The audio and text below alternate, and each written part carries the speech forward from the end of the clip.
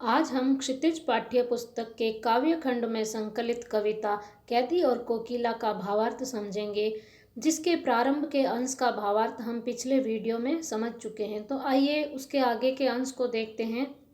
क्यों हुक पड़ी वेदना बोझ वाली सी, कोकिल बोलो तो क्या लूटा।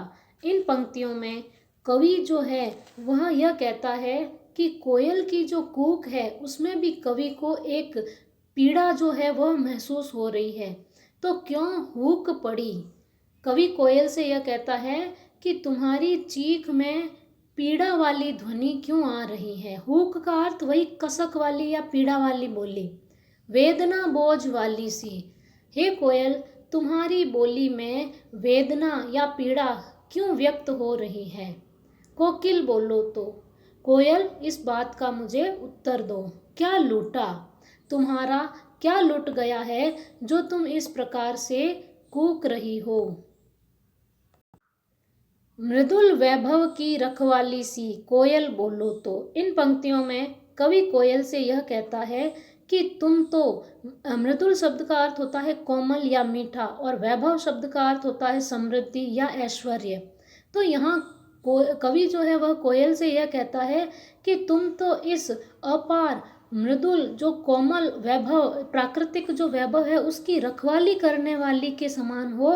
तुम तो इस प्राकृतिक सौंदर्य की रखवाली करने वाली हो। तो कोकिल बोलो तो तुम इस प्रकार से क्यों चीख रही हो। आगे वाली पंक्तियों में कवि कहता है क्या हुई बावली। बावली शब्द का अर्थ होता है पागल। अब कवि कोयल से यह कह रहा है, उस चीखती हुई कोयल से, कि क्या तुम पागल हो गई हो। जो अर्धरात्रि को चीखी इसलिए तुम अर्धरात्रि में चीख रही हो। कोकिल बोलो तो, किस दावानल की ज्वालाएं हैं दिखी। दावानल शब्द का अर्थ होता है जंगल में लगने वाली आग। तो कवि यहाँ कोयल से कह रहा है कि किस दावानल की ज्वालाएं हैं दिखी, तुम्हें किस जंगल की आग की ज्वालाएं नजर आ गई है जिसको देखकर तुम अर्धरात्रि में चीख रही हो। कोकिल बोलो तो।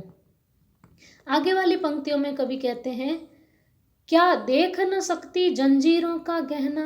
कवि यहाँ कोयल से यह कहता है कि क्या तुम हमारे हाथों में जो यह जंजीरों का गहना है, यह हथकड़ियाँ हैं, उनको नहीं देख पा रही हो। हथकड़ियाँ क्यों, यह ब्रिटिश राज का गहना।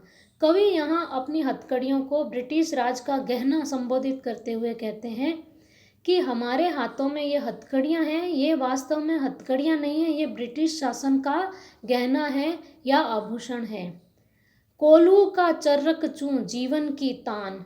अब जब कवि जेल में हैं तो जेल में रहकर उनसे जो कार्य करवाए जाते हैं, उन पर जो अत्याचार किए जाते हैं, उनका वर्णन करते हुए कवि कहते हैं कि कोल्हू की चर्रक चूं जीवन की तान। कोल्हू एक प्रकार का एक यंत्र होता है जिससे कुएं में से पानी को निकाला जाता है।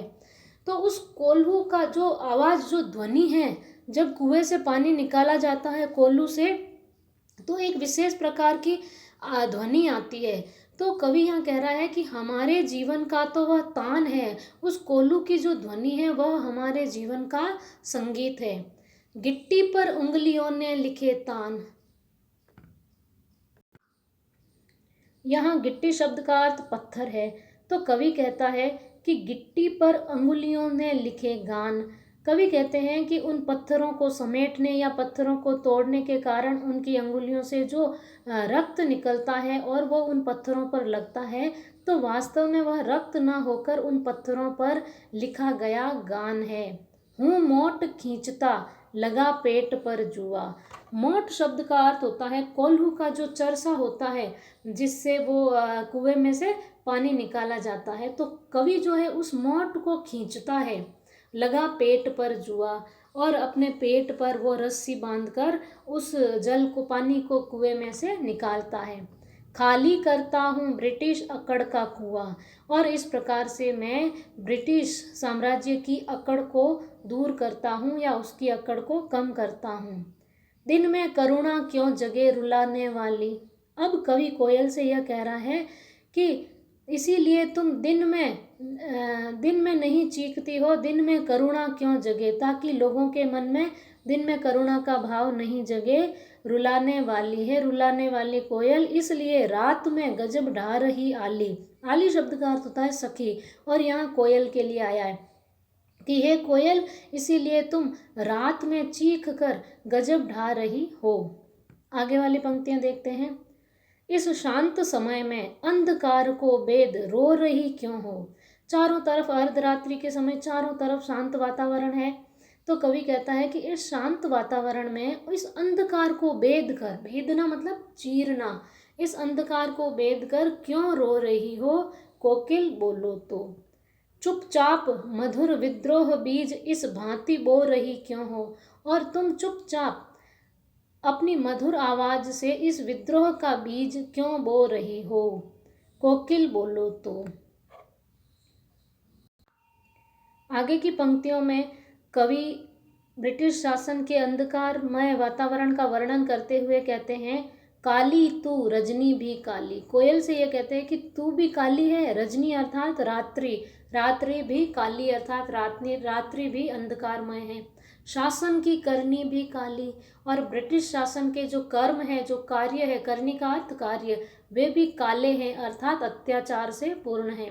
काली लहर कल्पना काली, हर जगह कालीमा छाई हुई है, हर जगह अंधकार है, हर जगह अत्याचार है। मेरी काल कोठरी काली, और मेरी ये जो जेल की काली कोठरी ये भी काली है। टोपी भी काली, टोपी काली, कमली काली, कमली का अर्थ कंबल। मेरी टोपी भी काली है, कमली भी काली है। मेरी लोह श्रृंखला काली, और मेरी जो ये लोह श्रृंखला है अर्थात ये जो जंजीरें हैं जिससे मैं बंधा हुआ हूँ, यह भी काली है। पहरे की हूँ कृति की ब्याली, तिस पर है गाली ए लाली। इन पंक्तियों में कवि यह कहते हैं, पहले इसके शब्दार्थ देखिए। ब्याली शब्द का अर्थ होता है सर्पिणी, हुंकृति का अर्थ होता है हुंकार, और पहरे जो पहरा दे रहे हैं। तो कवि इन पंक्तियों में यह कहते हैं कि जो पहरेदार है उनकी हुंकार भी सर्पिणी की फुंकार जैसी है, लेकिन वह भी मन में निराशा भरने वाली है। तिस पर है गाली, और उस पर भी ये जो ब्रिटिश शासन के जो सिपाही है इनके मुंह पर गालियां ही है। ए आली, हे सखी या हे कोयल, इस काले संकट सागर पर मरने की मदमाती कोयल बोलो तो इस काले संकट रूपी सागर पर तुम ऐसा लग रहा है जैसे मरने के लिए मदमाती, तुम मरने के लिए व्याकुल हो रही हो। कोकिल बोलो तो, अपने चमकीले गीतों को क्यों कर हो तेराती, तुम इस अंधकारमय वातावरण में अपने चमकीले गीतों को क्यों गा रही हो। कोकिल बोलो तो। अब आगे वाली पंक्तियों में कवि अपनी तुलना कोयल से करते हुए कहता है, उन दोनों में क्या अंतर है, कोयल में और कवि में, उसका वर्णन करते हुए कवि कहता है, तुझे मिली हरियाली डाली, मुझे नसीब कोठरी काली। कवि कहते हैं कि तुझे तो हरियाली डाली मिली है, लेकिन मेरे नसीब में तो ये काली कोठरी है। तेरा नभ भर में संचार, मेरा 10 फुट का संसार। हे कोयल, तुम तो पूरे नभ अर्थात पूरे आकाश में घूम सकती हो, लेकिन मेरा तो यह जेल का जो 10 फुट का संसार है यही मेरा संसार है। तेरे गीत कहावे वाह, और जब तू कूकती है तो तेरी तो प्रशंसा होती है। रोना भी है मुझे गुनाह, लेकिन मैं इस जेल में रो भी नहीं सकता। देख विषमता तेरी मेरी, हे कोयल, तेरी और मेरी यह विषमता अर्थात यह अंतर जो है यह तुम देख। बजा रही तिस पर रणभेरी, और उस पर तुम रणभेरी, रणभेरी का अर्थ होता है युद्ध की शुरुआत की जो आवाज़ होती है, प्रारंभ, युद्ध का जो प्रारंभ होता है उसको रणभेरी कहते हैं। तो इस पर भी तुम अपनी ध्वनि से रणभेरी बजा रही हो। इस हुंकृति पर अपनी कृति से और कहो क्या कर दूं। कवि कोयल से यह कहता है कि तुम यह जो हुंकार कर रही हो, इस हुंकार से मैं अपनी कृति से अर्थात मैं जिस कविता की रचना कर रहा हूँ उस कविता से और इस हुंकार से प्रेरित होकर मैं क्या करूँ। कोकिल बोलो तो, कोयल बोलो तो। मोहन के व्रत पर, यहाँ मोहन शब्द महात्मा गांधी के लिए आया है। तो कवि कहते हैं कि मोहन के व्रत पर प्राणों का आसव किसमें भर दूं, कि मैं अपनी कविता के माध्यम से जो महात्मा गांधी ने स्वतंत्रता प्राप्ति का व्रत लिया था, जो प्रण लिया था, उस प्रण पर मैं किस में अपनी कविता के माध्यम से प्राणों का जोश भर दूं। कोकिल बोलो तो, हे कोयल बोलो।